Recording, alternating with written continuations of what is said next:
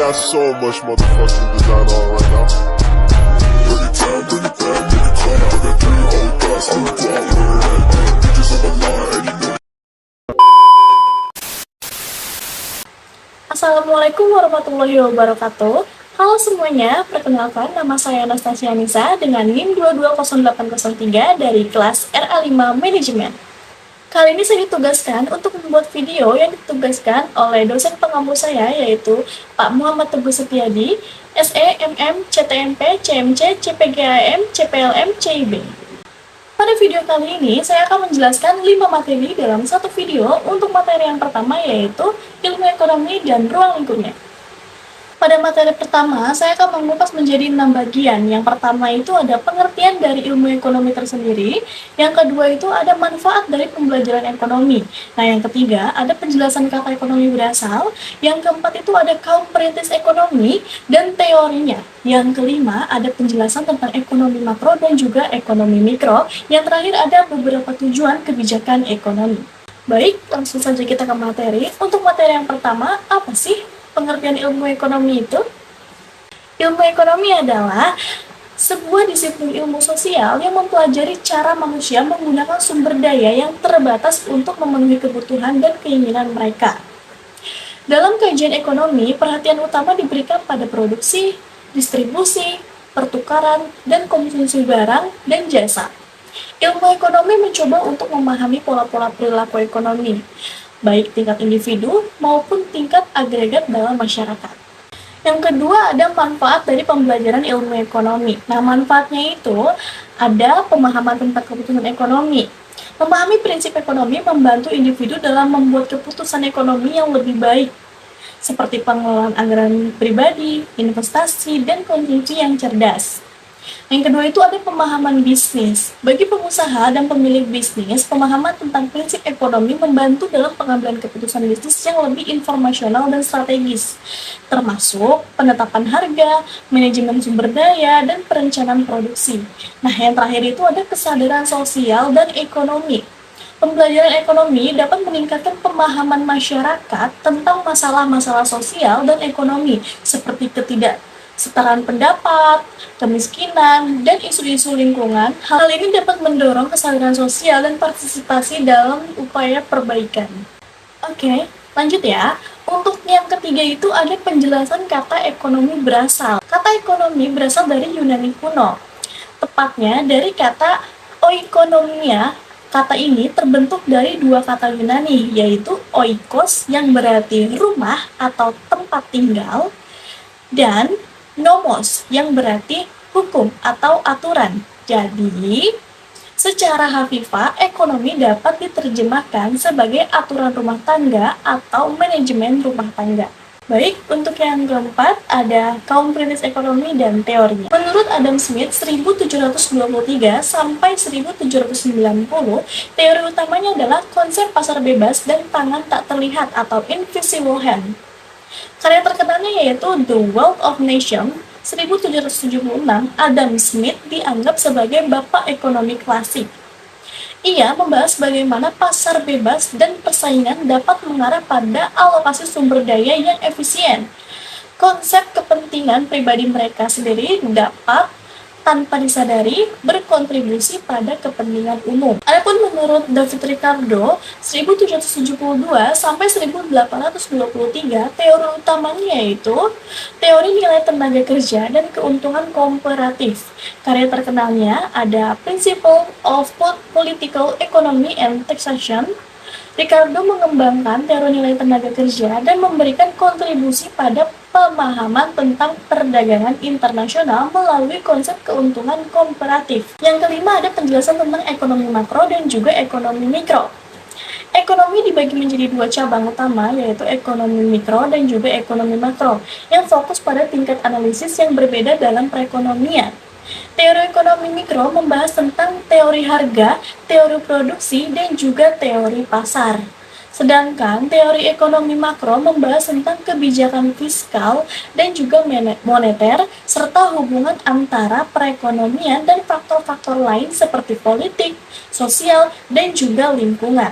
Perbedaan utama antara ekonomi mikro dan juga ekonomi makro adalah tingkat analisisnya. Ekonomi mikro berfokus pada detail tingkat individu, sedangkan ekonomi makro melihat gambaran besar pada perekonomian secara keseluruhan. Keduanya saling terkait dan pemahaman ekonomi keseluruhannya membutuhkan pemahaman yang baik tentang perilaku unit ekonomi individu. Tujuan dari kebijakan ekonomi pemerintah adalah untuk mencapai berbagai sasaran ekonomi yang diinginkan, seperti pertumbuhan ekonomi yang berkelanjutan, stabilitas harga, penciptaan lapangan kerja, pemerataan pendapatan, dan juga kesejahteraan masyarakat.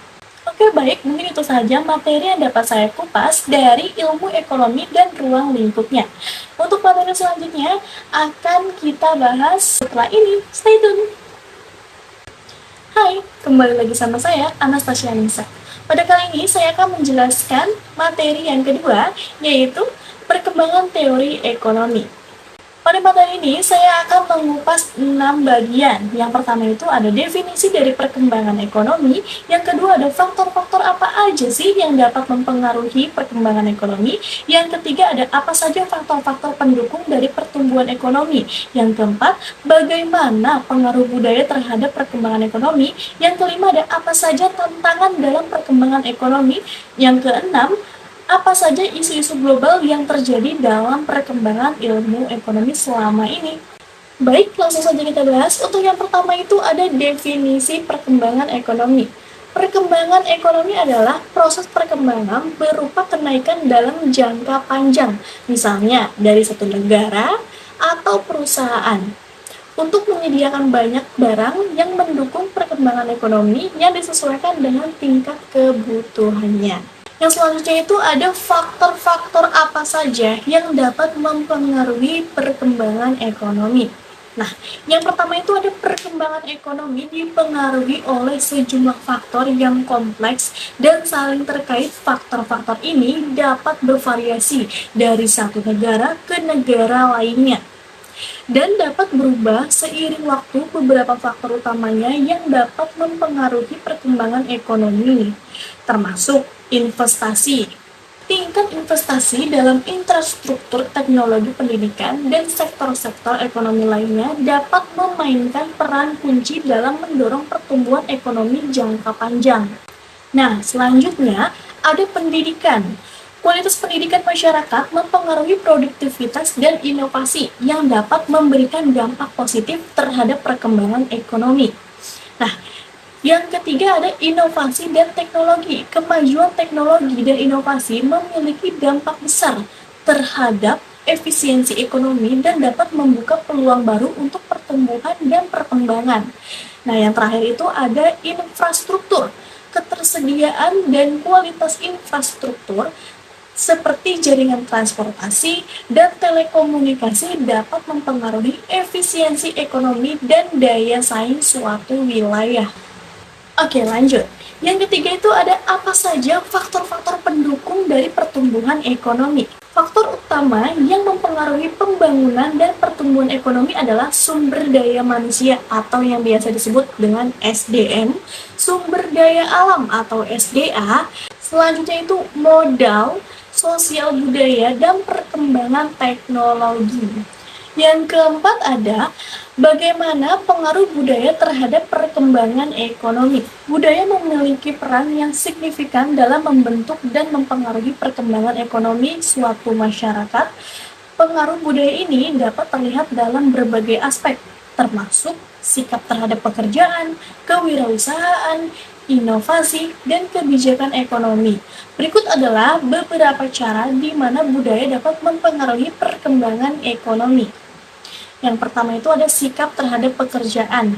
Nah, budaya dapat mempengaruhi pandangan masyarakat terhadap pekerjaan. Misalnya, budaya yang menghargai kerja keras dan dedikasi dapat mendorong produktivitas dan pertumbuhan ekonomi. Nah, yang kedua, ada sikap terhadap kewirausahaan. Budaya yang mendukung kewirausahaan dan risiko dapat memberikan dorongan bagi individu untuk memulai usaha baru. Kewirausahaan yang kuat dapat menjadi pendorong pertumbuhan ekonomi.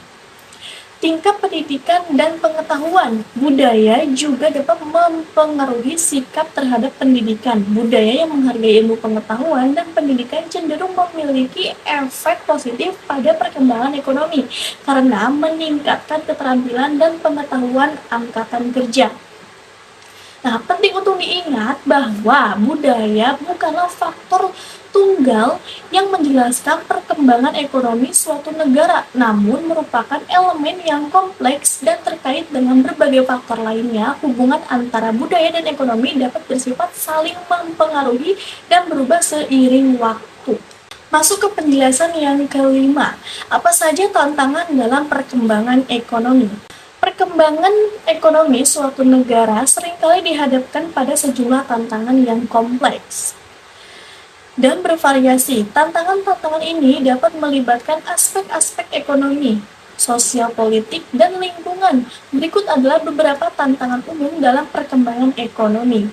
Yang pertama, ada ketidakstabilan ekonomi. Fluktuasi ekonomi termasuk resesi atau depresi dapat menjadi tantangan serius dalam mencapai pertumbuhan ekonomi yang stabil. Yang kedua, ada kesetidakstaraan pendapat. Tingkat kesetidakstaraan pendapat yang tinggi dapat menciptakan disparitas sosial dan menghambat kemampuan masyarakat untuk mengakses peluang ekonomi. Dan yang terakhir ada ketidakpastian politik. Ketidakstabilan politik, konflik, atau perubahan kebijakan yang sering dapat terjadi dapat menghambat kepercayaan perilaku ekonomi dan investasi. Nah, itu adalah penjelasan dari apa saja tantangan dalam perkembangan ekonomi. Oke, masuk ke pembahasan yang terakhir, yaitu ada apa saja sih isu-isu global yang terjadi dalam perkembangan ekonomi selama ini. Sejumlah isu global memainkan peran signifikan dalam perkembangan ekonomi selama beberapa tahun terakhir. Beberapa isu tersebut mencakup aspek-aspek ekonomi, lingkungan sosial, dan politik. Beberapa isu dalam global perkembangan ekonomi saat ini antara lain yaitu seperti pandemi COVID-19. Pandemi COVID-19 telah mengakibatkan dampak ekonomi yang signifikan di seluruh dunia. Pembatasan perjalanan, penutupan bisnis, dan ketidakpastian global telah berdampak pada pertumbuhan ekonomi, ketidakstabilan pasar keuangan, dan ketidakpastian ketenaga kerjaan. Nah, yang kedua, ada krisis iklim dan keberlanjutan. Tuntutan untuk mencapai keberlanjutan ekonomi dan mengatasi krisis iklim semakin mendesak. Negara-negara dihadapkan pada tekanan untuk mengurangi emisi karbon, mengadopsi energi terbarukan, dan mengambil langkah-langkah untuk melindungi lingkungan. Isu-isu global ini saling terkait dan seringkali memerlukan kerjasama internasional dan juga pendekatan lintas sektor untuk mencapai solusi yang efektif. Perkembangan ekonomi di masa depan akan sangat mempengaruhi oleh bagaimana masyarakat dan pemimpin dunia menghadapi dan menyelesaikan tantangan-tantangan ini. Baik, mungkin itu saja materi 2 yang dapat saya sampaikan. Untuk selanjutnya yaitu kita masuk ke materi yang ketiga yang berjudul dengan elastisitas permintaan dan penawaran. Pada materi yang ketiga ini, saya akan mengupas 4 bagian. Yang pertama itu ada definisi dari elastisitas permintaan dan penawaran. Yang kedua itu ada faktor-faktor yang mempengaruhi elastisitas permintaan dan penawaran. Ada juga jenis-jenis elastisitas permintaan dan penawaran. Yang terakhir itu ada menentukan kategori elastisitas suatu barang. Langsung saja kita ke materi. Untuk materi yang pertama yaitu elastisitas permintaan. Nah, elastisitas permintaan adalah ukuran respons jumlah barang atau jasa yang diminta terhadap perubahan harga. Lebih khusus, elastisitas permintaan mengukur sejauh mana persentase perubahan dalam jumlah diminta sebagai respons terhadap persentase perubahan harga. Nah, bagaimana dengan elastisitas penawaran? Elastisitas penawaran adalah ukuran respons jumlah barang atau jasa yang ditawarkan terhadap perubahan harga, sama seperti elastisitas permintaan juga. Nah, elastisitas penawaran mengukur sejauh mana persentase perubahan dalam jumlah ditawarkan sebagai respons terhadap persentase perubahan harga.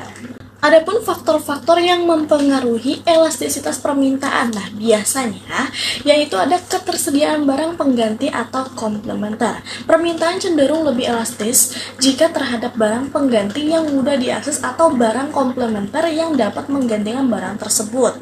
Selanjutnya itu ada keinginan konsumen. Permintaan lebih elastis jika barang atau jasa merupakan keinginan daripada kebutuhan esensial. Karena konsumen memiliki lebih banyak pilihan dan fleksibilitas. Selanjutnya ini ada jangka waktu. Nah, permintaan bisa lebih elastis dalam jangka waktu yang lebih panjang karena konsumen memiliki lebih banyak waktu untuk menyesuaikan perilaku mereka terhadap perubahan harga. Nah, selanjutnya ada proporsi pendapatan yang digunakan. Jika suatu barang menyerap sebagian kecil dari pendapatan, permintaan akan lebih elastis karena perubahan harga memiliki dampak yang lebih kecil pada anggaran konsumen. Selanjutnya ada faktor-faktor yang mempengaruhi elastisitas penawaran. Nah, biasanya itu ada di ketersediaan faktor produksi. Ya, penawaran lebih elastis jika faktor produksi mudah diakses dan dapat dengan cepat diubah untuk meningkatkan atau mengurangi produksi.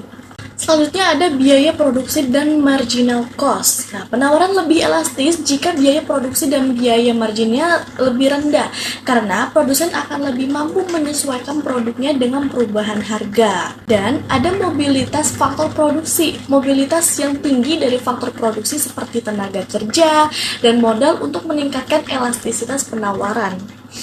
Nah, kedua elastisitas baik permintaan maupun penawaran sangat penting dalam analisis ekonomi untuk pemahaman respons pasar terhadap perubahan harga dan dampaknya pada alokasi sumber daya. Lanjut ke materi yang ketiga, ada beberapa jenis elastisitas permintaan dan juga penawaran yang mencerminkan karakteristik khusus dari respons permintaan atau penawaran terhadap perubahan harga. Nah, berikut adalah beberapa jenis elastisitas yang umum. Yang pertama, kita bahas dari jenis-jenis elastisitas permintaan. Nah, di sini tuh ada elastisitas permintaan harga, di mana elastisitas permintaan harga ini mengukur sejauh mana persentase perubahan dalam jumlah diminta sebagai respon terhadap persentase perubahan harga. Selanjutnya itu ada elastisitas pendapatan. Nah, ini tuh mengukur sejauh mana jumlah barang atau jasa yang diminta berubah sebagai respons terhadap perubahan pendapatan konsumen. Ada juga elastisitas silang. Nah, di mana ini tuh mengukur sejauh mana jumlah barang atau jasa yang diminta berubah sebagai respons terhadap perubahan harga barang atau jasa lain. Dan yang terakhir itu ada elastisitas substitusi, ya, di mana menunjukkan sejauh mana sih konsumen cenderung mengganti satu barang dengan barang lain sebagai respons terhadap perubahan harga. Nah, yang selanjutnya itu ada jenis elastisitas penawaran. Nah, pada jenis ini, yang pertama itu ada elastisitas penawaran harga, di mana ini tuh mengukur sejauh mana persentase perubahan dalam jumlah ditawarkan sebagai respons terhadap persentase perubahan harga. Dan yang terakhir itu ada elastisitas Binner. Nah, ini tuh mengukur elastisitas penawaran pada satu titik tertentu pada kurva penawaran. Elastisitas price demand dan elastisitas price supply adalah dua jenis elastisitas yang paling umum dan sering diacu dalam analisis ekonomi. Kedua jenis ini menggambarkan sejauh mana jumlah diminta atau ditawarkan berubah sebagai respons terhadap perubahan harga. Sementara itu, elastisitas pendapatan, elastisitas silang, dan elastisitas substitusi memberikan wawasan tambahan tentang faktor-faktor yang dapat mempengaruhi respons permintaan. Baik, mungkin itu saja materi 3 yang dapat saya sampaikan. Selanjutnya kita akan lanjut ke materi yang keempat, yaitu teori perilaku konsumen. Pada teori ini, saya akan mengupas menjadi 5 bagian. Yang pertama itu ada pengertian dari perilaku konsumen itu sendiri. Yang kedua ada macam-macam teori perilaku konsumen. Yang ketiga ada prinsip-prinsip dasar dalam analisis perilaku konsumen. Yang keempat ada faktor-faktor apa aja sih yang mempengaruhi perilaku konsumen. Dan yang terakhir itu ada manfaat perilaku konsumen. Baik, kita mulai ya. Untuk materi yang pertama itu ada pengertian dari perilaku konsumen sendiri. Nah, ini tuh adalah proses dan aktivitas ketika seseorang berhubungan dengan pencarian, pemilihan, pembelian, penggunaan, serta pengevaluasi produk dan jasa demi memenuhi kebutuhan dan keinginan. Nah, perilaku konsumen merupakan hal-hal yang mendasari konsumen untuk membuat keputusan pembelian. Baik, selanjutnya itu ada beberapa teori perilaku konsumen yang dikenal. Nah, contohnya itu seperti teori utilitas. Nah, ini tuh mengasumsikan bahwa konsumen bertindak untuk memaksimalkan kepuasan atau utilitas yang mereka peroleh dari barang dan jasa yang mereka beli. Nah, yang selanjutnya itu ada teori pendekatan sistem. Nah, teori itu menganggap konsumen sebagai bagian dari sistem yang lebih besar dan perilaku konsumen dipengaruhi oleh berbagai faktor, termasuk budaya, sosial, dan psikologis. Nah, yang terakhir itu ada teori pengambilan keputusan. Nah, ini tuh model keputusan pembelian. Nah, menganalisis langkah-langkah yang diambil konsumen sebelum, selama, dan setelah proses pembelian. Selanjutnya kita masuk ke materi yang ketiga, yaitu prinsip-prinsip dasar dalam analisis perilaku konsumen. Nah, itu biasanya ada beberapa prinsip, contohnya seperti kebutuhan dan keinginan. Konsumen bertindak untuk memenuhi kebutuhan dan keinginan. Perbedaan antara kebutuhan dan keinginan dapat dipuaskan mempengaruhi kebutuhan konsumen. Nah, yang kedua itu ada pengaruh budaya. Budaya dan nilai-nilai masyarakat memainkan peran penting dalam membentuk perilaku konsumen.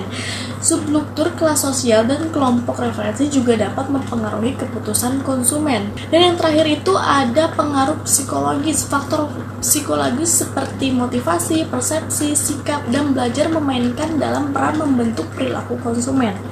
Pengaruh emosional juga dapat mempengaruhi keputusan pembelian. Baik, lanjut ke materi yang keempat. Di sini ada beberapa faktor utama yang mempengaruhi perilaku konsumen. Di sini saya akan memberikan sedikit contoh. Yang pertama itu ada dari budaya. Nilai, norma, dan tradisi dalam suatu budaya dapat membentuk preferensi konsumen. Yang kedua itu ada sosial. Pengaruh keluarga, teman, kelompok preferensi, dan struktur sosial memainkan peran penting dalam pembentukan perilaku konsumen. Yang ketiga itu ada pribadi. Kepribadian, usia, tahap siklus hidup keluarga, dan gaya hidup individu mempengaruhi preferensi konsumen. Dan yang terakhir itu ada psikologis. Motivasi, persepsi, sikap, dan belajar adalah faktor psikologis yang mempengaruhi keputusan konsumen.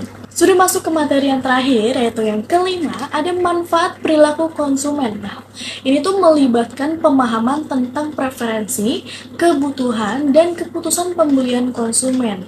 Nah, ini dapat membantu perusahaan mengidentifikasi pasar target, merancang produk yang lebih sesuai, serta meningkatkan strategi pemasaran dan layanan pelanggan. Nah, perilaku konsumen juga dapat mempengaruhi reputasi, merek, dan keberlanjutan bisnis melalui umpan balik dan rekomendasi positif. Mungkin itu saja yang dapat saya sampaikan dari materi keempat. Untuk selanjutnya saya akan menjelaskan ke materi yang kelima yang berjudul dengan teori biaya dan masukan. Bagaimana teman-teman? Apakah masih semangat? Jangan lupa ditonton terus. Stay tune. Hai, kembali lagi sama saya. Untuk di materi yang kelima ini, saya akan menjelaskan tentang teori biaya dan pemasukan. Pada materi ini, saya akan mengupas menjadi 3 bagian. Yang pertama itu ada yang dimaksud dengan biaya dan penerimaan. Yang kedua ada dampak bunga dan bagi hasil dalam produktivitas. Yang ketiga ada bagaimana pajak dan zakat dalam analisis pembiayaan dan pinjaman. Halo teman-teman, apakah masih semangat? Tidak berasa kita sudah di penghujung video ya. Untuk di materi ini hanya singkat atau sedikit saja, cuma 3 bagian aja. Nah, di sini saya akan menjelaskan dari materi yang pertama dulu ya. Apa sih yang dimaksud dengan biaya dan penerimaan? Biaya adalah total pengeluaran yang dikeluarkan oleh suatu entitas seperti perusahaan atau individu untuk mempromosikan atau memperoleh barang atau jasa. Nah, ini mencakup biaya bahan baku, tenaga kerja, biaya overhead, dan lainnya yang terkait dengan proses produksi atau akuisisi. Nah, sementara itu, penerimaan di sisi lain mengacu pada pendapatan atau uang yang diterima oleh suatu entitas sebagai imbalan atas penjualan barang atau jasa. Nah, penerimaan bisa berasal dari penjualan langsung, royalti, atau sumber pendapatan lainnya. Lanjut yang kedua, yaitu dampak bunga dan bagi hasil dalam produktivitas. Dalam konteks keuangan, bunga dan bagi hasil memiliki dampak yang berbeda terhadap produktivitas tergantung pada konteks dan jenis aktivitas ekonomi. Nah, di sini kita akan membahas dari sisi positif dan juga negatifnya. Yang pertama itu kita bahas dari bunga terlebih dahulu. Nah, bunga dapat menjadi sumber pendapatan bagi pemberi pinjaman seperti bank atau lembaga keuangan. Pendapat bunga ini dapat meningkatkan hasil keuangan dan memberikan insentif untuk menyediakan dana. Itu adalah sisi positifnya. Bagaimana dengan sisi negatifnya? Bagi peminjam, pembayaran bunga dapat menambah beban finansial dan mengurangi keuntungan bersih. Terlalu tinggi suku bunga juga dapat menghambat investasi dan pertumbuhan ekonomi. Yang selanjutnya itu ada bagi hasil. Nah, positifnya itu adalah dalam sistem keuangan yang berbasis bagi hasil, pemberi modal ikut serta dalam keuntungan dan kerugian. Nah, hal ini dapat memberikan insentif bagi pihak yang terlibat untuk bekerja sama guna meningkatkan produktivitas dan efisiensi. Nah, negatifnya adalah bagi penerima modal, jika hasil usaha kurang baik, pendapatan mereka juga akan berkurang. Ini dapat membuat pihak yang menyediakan modal lebih berhati-hati dalam pemilihan investasi. Nah, berikut adalah perbedaan bunga dan juga bagi hasil.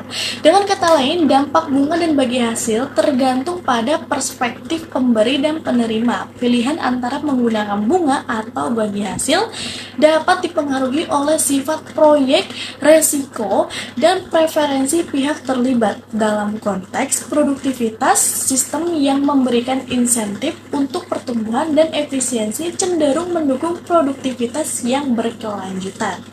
Untuk materi yang terakhir, di sini ada bagaimana pajak dan zakat dalam analisis pembiayaan dan pinjaman. Pajak dan zakat memiliki peran yang berbeda dalam analisis pembiayaan dan pinjaman. Mungkin saya akan membahas pajak terlebih dahulu. Pengaruh pajak pada pinjaman bunga yang dibayarkan atas pinjaman biasanya dapat diakui sebagai biaya yang dapat dikurangkan dari pendapatan sebelum perhitungan pajak. Oleh karena itu, pajak dapat mempengaruhi efektivitas biaya pinjaman. Pajak atas pembiayaan adalah pendapatan yang diterima dari pembiayaan atau investasi juga dapat dikenakan pajak. Pajak ini perlu dipertimbangkan dalam analisis pengembalian investasi atau hasil pembiayaan. Sedangkan zakat adalah konsep zakat dalam pembiayaan. Dalam konteks keuangan Islam, zakat adalah kewajiban memberikan sebagian dari kekayaan kepada yang berhak menerima. Ini dapat mempengaruhi struktur pembiayaan dan investasi untuk memastikan kepatuhan syariah. Nah, zakat atas hasil investasi, pendapatan atau keuntungan yang diperoleh dari investasi atau pembiayaan dapat menjadi objek zakat. Hal ini penting dalam menghitung hasil bersih dan dapat mempengaruhi keuntungan yang sebenarnya dari suatu transaksi. Dalam analisis pembiayaan dan pinjaman, perlu mempertimbangkan dampak pajak dan zakat untuk memahami secara menyeluruh beban finansial dan hasil dari transaksi tersebut. Selain itu, pembiayaan yang mematuhi prinsip syariah dapat memerlukan penanganan khusus untuk memastikan kepatuhan terhadap aturan zakat Islam. Baik, mungkin itu saja materi yang dapat saya sampaikan. Tidak terasa kita sudah di penghujung video. Untuk teman-teman yang suka sama video saya, jangan lupa untuk di-like, dan jika ada masukan boleh tulis di kolom komentar. Untuk kurang lebihnya mohon maaf karena saya juga masih belajar. Saya Anastasia Nisa, pamit undur diri. Wassalamualaikum warahmatullahi wabarakatuh.